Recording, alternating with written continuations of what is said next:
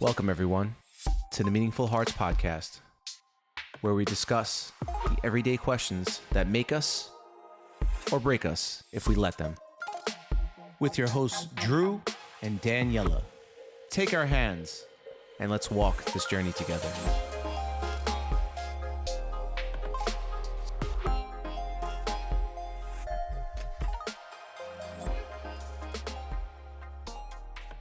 Welcome back, everyone, to another episode of the Meaningful Hearts podcast.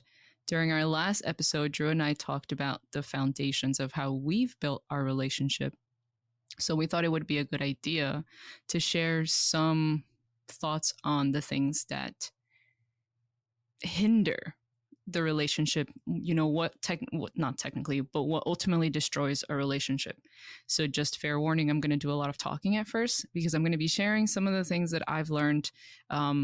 Drew actually doesn't know this either. So this is the first time that he'll be listening. So you'll get like a super raw reaction. And then ultimately we want to add on some more things. So I hope I made sense. I think so. Drew, nod or say yes. In the words of Biggie Smalls, relax and take notes. So just a little context. Yes. Back in the beginning of the year, Drew and I have talked about doing Tony Robbins events before. He would talk about it before I even came onto the podcast. So I did an event earlier this year. It was called, I think, the Unshakable Challenge, I think what it was. And he was pretty much talking about how to build more meaning, how to live a better life. And one of the days he talked about relationships, and he introduced this couple. Their names are Dr. John and Julie Gottman.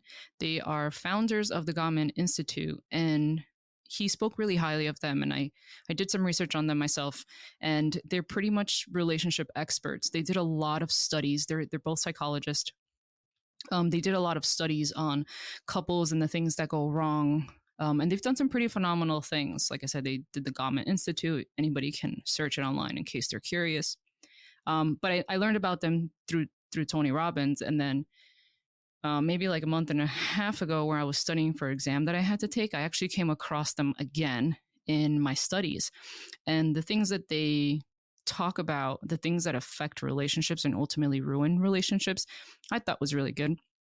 So when we did our last episode, I was like, oh, this is a good follow-up episode because we talked about, how we built our relationship.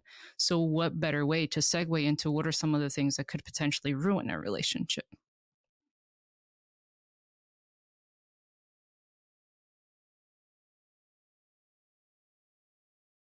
Yeah.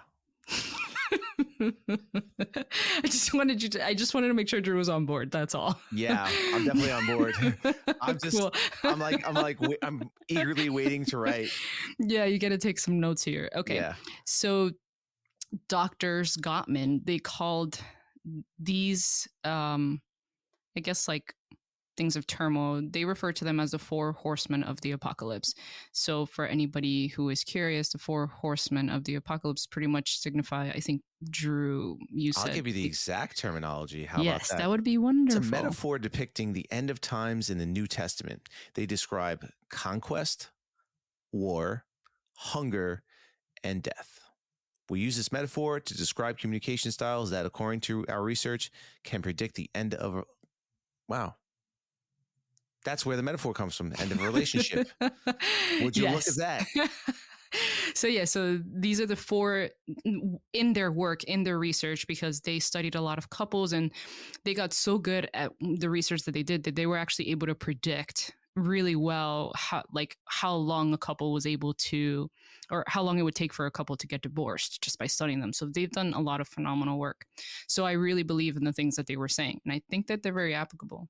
So here we go. Drew has his pen out, ready to take notes. So the first horseman of the apocalypse is criticism. I think this one is pretty self-explanatory, but it's actually a really important one.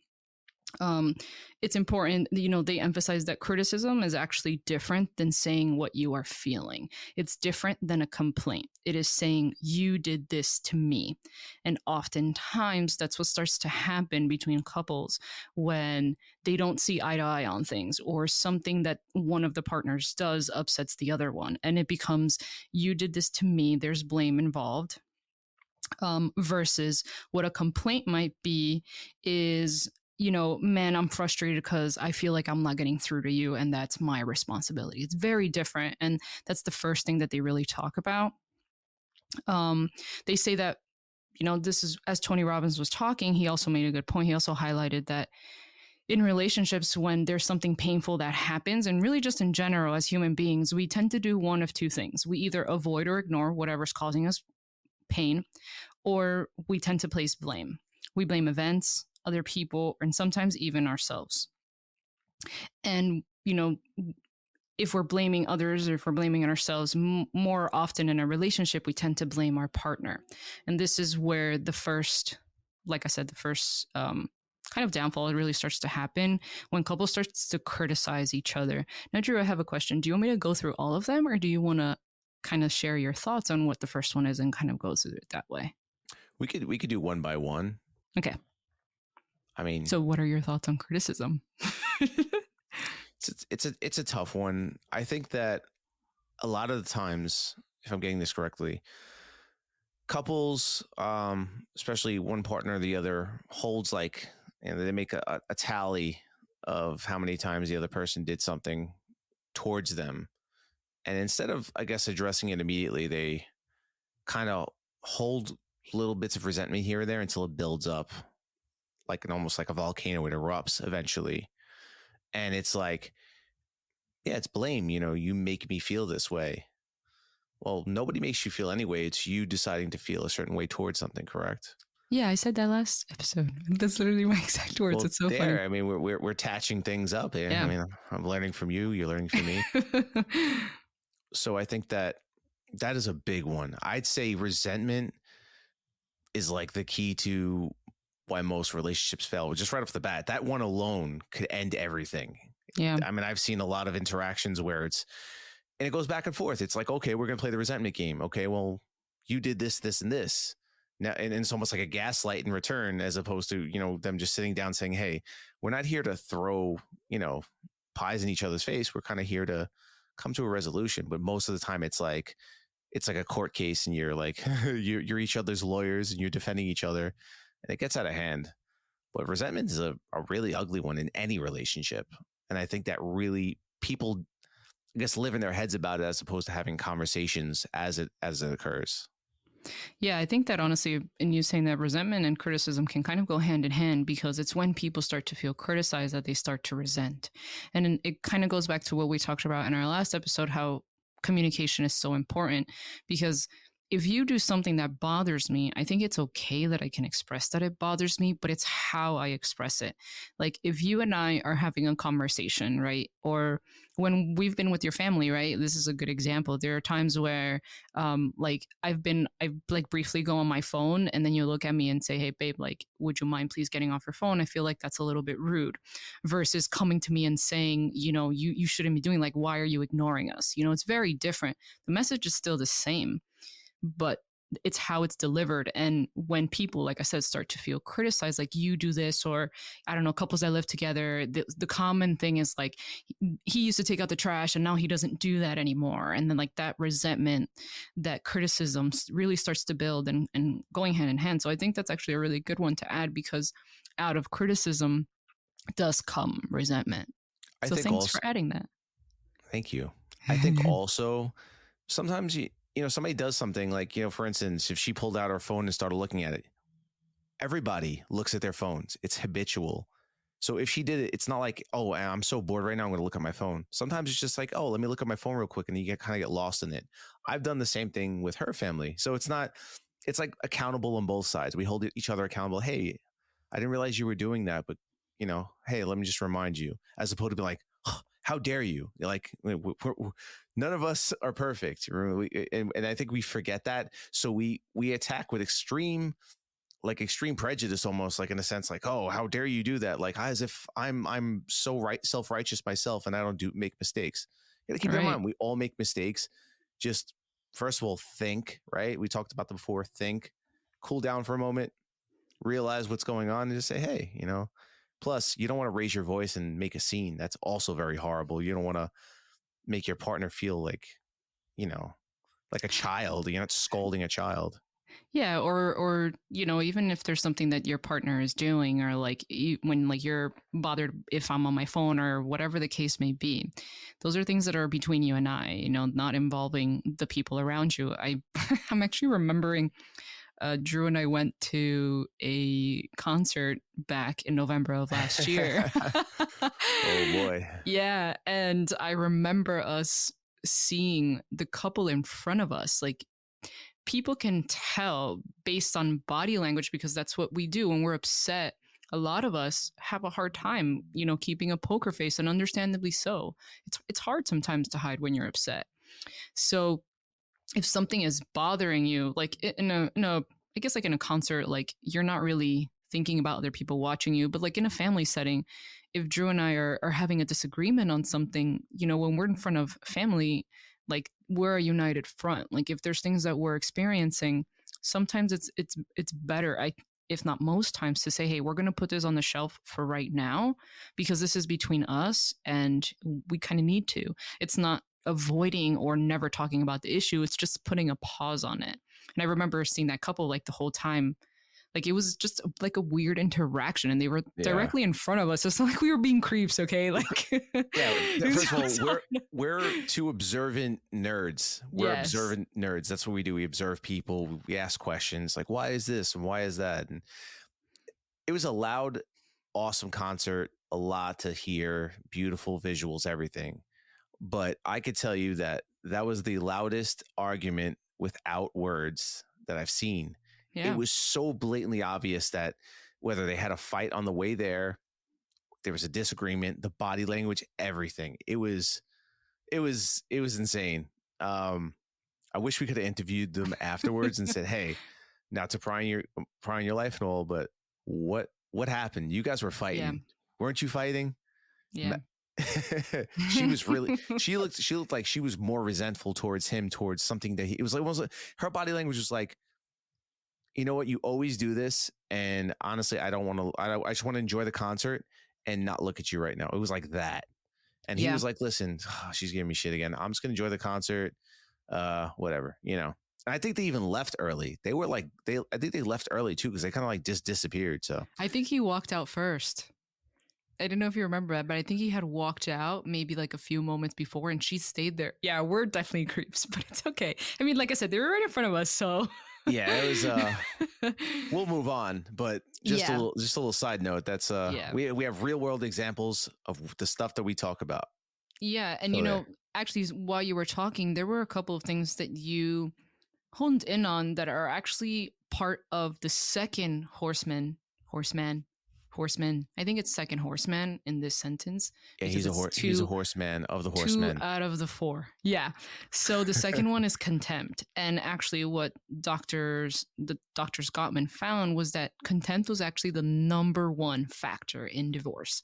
And within contempt is some of what you were talking about body language and how couples treat each other. When the resentment starts to build out of the criticism, then comes some form of disrespect. There's like some form of superiority. The sarcasm kicks in, like the subtle jabs they start. And then it's like those petty comments that people tend to start to make in relationships that kind of indicate that people are not over the things or they're not properly addressed. And you also mentioned how, nobody's perfect, right?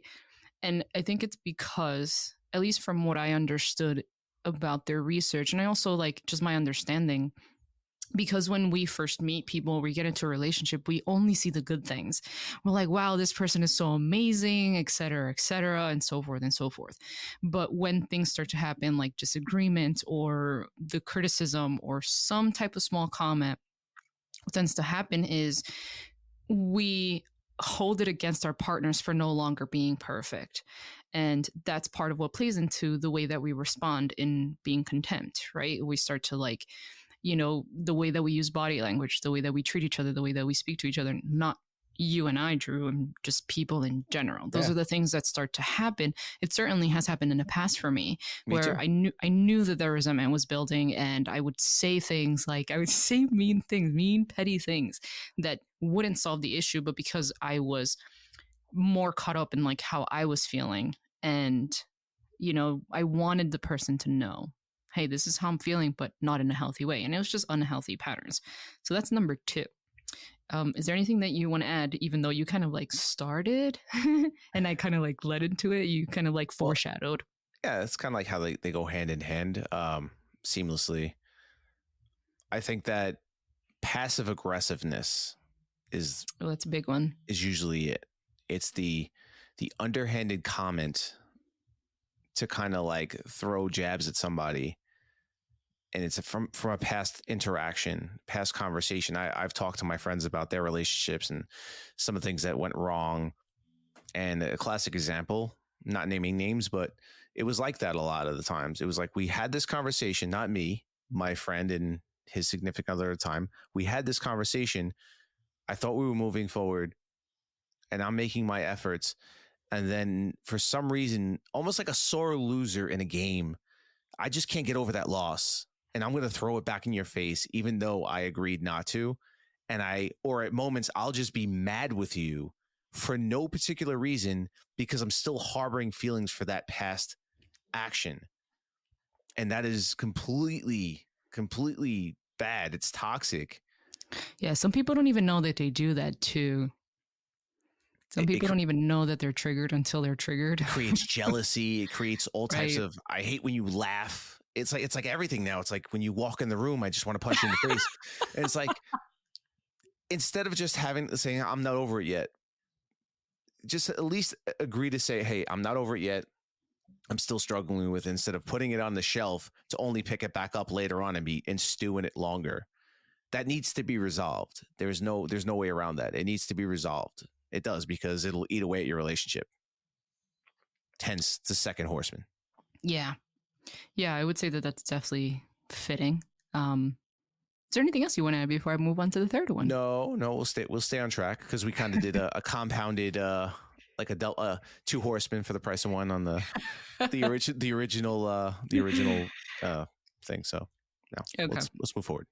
So the third one that Doctors Gottman, yes, I think that's right. If they're plural, I don't know. Sometimes I have these thoughts. But anyway, Doctors Gottman, the third horseman of the apocalypse or relationships is defensiveness. This is also kind of, it starts to like trickle down from other things. But naturally, as human beings, just from like a survival standpoint, when we feel threatened by something, our natural response is to defend ourselves. Well, most of the time it's either fight, flight, or freeze, but most of the times in relationships it's defensiveness, because when somebody comes at you, your first instinct is wait, hold on, like stop, like no matter what it is, whether it's a significant other or a friend or even our parents, like we feel a need to defend ourselves to prove our point. So this is a really big one. And within that falls making excuses, playing the victim, and not owning up to our mistakes. So and reversing blame. This is the example that they used. So kind of going back to like the like the trash example, like if one part, like if I were to say to Drew, did you do this? Right? If Drew is having things built up already, or if we're having part of that, criticism already, and we're not resolving these things, and then I say to Drew, hey, Drew, did you take out the trash? Because he's already feeling the other things, his defensive response would be, I didn't have time. Why didn't you do it? Like, I'm at work all day. I'm tired. Why didn't you do it? Like, whatever the case may be. Mm-hmm. Where it should have been, taking accountability of saying, oh, no, I'm sorry, I didn't get to it. You're still saying I didn't do it, but it's really in the way that things are said that is so important. At least for me, that's my take on it from, learning about them. that the things that you feel are valid. It's how you express those things that are important. So if I'm upset that Drew didn't take out the trash and he's upset because he's had a long day and he feels like he has a lot going on and he would have preferred if just in that moment I would have taken out the trash for him, it's how we express that to each other. And oftentimes that's what really starts to, at least in my interpretation, what really starts to like, if you're by the third horseman, like, I mean, if you're even by the first or the second one, your relationship's in danger.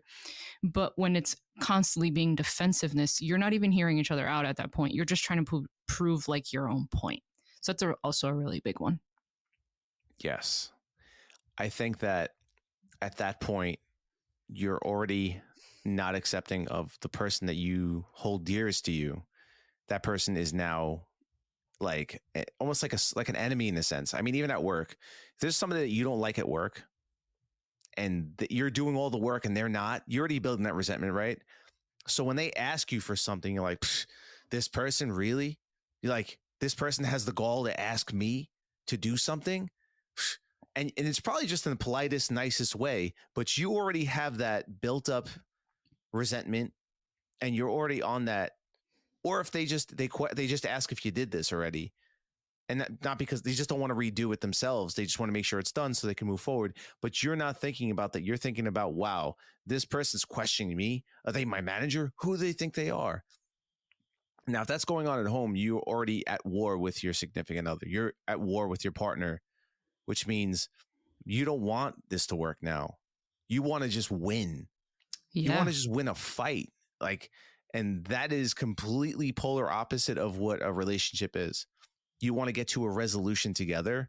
You don't want to get like points for beating the other person or chewing out their argument. Listen, you have debates. It happens where I believe something, you believe something. But when it comes down to, I need to win, I need to have this win so she could shut up, or he could win, or I can win so he could, vice versa. So however that is, that's a big problem. You're literally just fighting each other now. It's a fight. At that point, you probably don't even give a shit if you talk to that person that, oh, this person's calling me. Oh, you know what? She didn't come home tonight. I'm good. I have a free night away from her. Like, there are a lot of relationships that are like that. Like, well, yeah, lately it's been a pain in the ass at home. So I hang out with my friends and we watch sports, man. It's such a relief not to go home. I'm so glad people do this. This is their lives. And they stay with this at this level. This is like what, the third level. Yeah. This is bad. Well, I wouldn't say that they're levels. They're like different components of it, but I think that they can like stack up. Well, yeah, for sure. Well, we were saying from one horseman to the other. If you're at that third horseman, third horseman, I'm just like leveling it up. But yeah, if you're at that third horseman and that's how you're feeling, then I don't think you really want to make it work at that point. Yeah, because then it becomes, and I think this is something that you and I have kept, at the forefront of our minds throughout our relationship. I don't think I've ever felt like it was you versus me. I think I've always felt like it was you and me versus whatever problem it is that we're having. Yeah. I think you and I, have really established a good mindset in that regard, because that's really what it is. It's not you versus the other person or like you guys versus each other. It's really you and the other person versus the problem. Yeah, and go ahead. No, I was going to say that I think a lot before I say something, or like I say, hey, I want to talk to you about something, or I want to ask you a question, and I'll replay a scenario, because at the end of the day, like, first of all, I don't want to hurt her feelings. I don't want to come off the wrong way. And I really want this issue to, if it's an issue, to be solved and we move forward, or just to get an understanding of how that played out. And maybe I misinterpreted it. Like we handle these things with care because we love each other and we really do want to move forward. I've been in the past where it was literally the third horseman. I've done that. I've done all this stuff. I've been through it. So I know. Oh, me too, for sure. Yeah. So it's like, at that point, it's like, whatever. It's like a whatever situation. At that point, you're just like, whatever. I would get the, you don't want to hang out with me. And I would say things, well, I don't want to hang out with you because we're just fighting all the time. Like, it's your fault. I don't want to hang out with you. It's not the prettiest, it's not the best thing. Yeah. Start to bring in like not so good things in each other. I also think it comes from a place of ego, because one person or the other person doesn't want to let up. But in reality, it's like, well, maybe we should. It can be saved at that point. You'd have to dial back and say, hey, I need to own the stuff that's gone on with me. Now, if you step forward and own up to it and say, hey, listen, you know what? I've been a jerk. These are the things I need to own up to when I'm looking to move forward. If that person can't meet you in the middle, once again, you have a big problem. Yeah. So that's the Okay. third one. Yes. The last one is stonewalling. So how these doctors define stonewalling is just complete shutting down, complete withdrawal, closing down, tuning out, acting busy. That's at that point where you're like, I don't even want to hear this. Like, I'm going to stay, kind of like what I've done sometimes when I've had problems like with my own mom, where like I avoid going home because I just don't want to deal with it. That's the fourth horseman that they describe. Really engaging in distracting behaviors and really not wanting to deal with the problem because they just don't know how anymore. They're just so far down the rabbit hole. Again, I don't necessarily think that these are like, I don't think they described it as levels. I think they all go hand in hand, but I certainly think that if one stacks up, it can eventually get to a point where, there's just no sense of communication. I know in our last episode, communication, I think, for me at least, communication is really the base that holds everything together. If there's no effective communication, there really isn't anything, because communication is, we're social beings. How we communicate, that's how we interact. So Stonewall, when I was doing the Tony Robbins event, he talks a lot about, well, not a lot about, but he does talk about feminine and masculine energy. And he made a point that stonewalling is when somebody is more in their masculine energy, because masculine energy is just quick to, get to a solution. And if there's no solution, like, there's a lot of frustration. So in your relationship, if you feel yourself shutting down, part of it is reflecting on, do you have a good balance of your masculine and feminine energy? Tony Robbins is a believer that every single person has both masculine and feminine energy. And I think that I can stand by that as well, because I know that there are parts of me that have masculine energy and there are parts of Drew that have feminine energy. And that's how we are able to balance each other out. So yeah, that's the fourth one. I don't know if you want to add anything or what your thoughts are or reactions. Yeah. I mean, if you're completely avoiding the person, I've seen that in relationships. I've seen it in my own home with my mother and my father, where my mom would be completely miserable coming home and she'd be out of it. And she would literally do anything to be out of the house. That's it. I mean, their relationship didn't end well either. Well, it didn't really end, I guess, per se. It existed in the house on a toxic level. But yeah, it was at that point where, I'll do my thing, you do your thing. And then if we have to speak, we have to speak.